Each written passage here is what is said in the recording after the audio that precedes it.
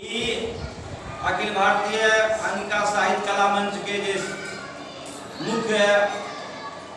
कवि छे सुधीर कुमार प्रोग्रामर मुनि धरती के फूल अंगिका में बाल कविता संग्रह फूल कुमार अकेला के भेजने छे कि उन्हीं स्कूल में जाके बच्चा सबके अंगिका में गीत सुनावे।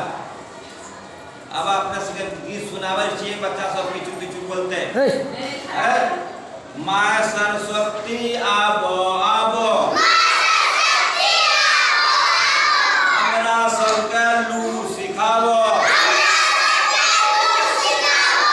ई धरती पर तो ही ज्ञानी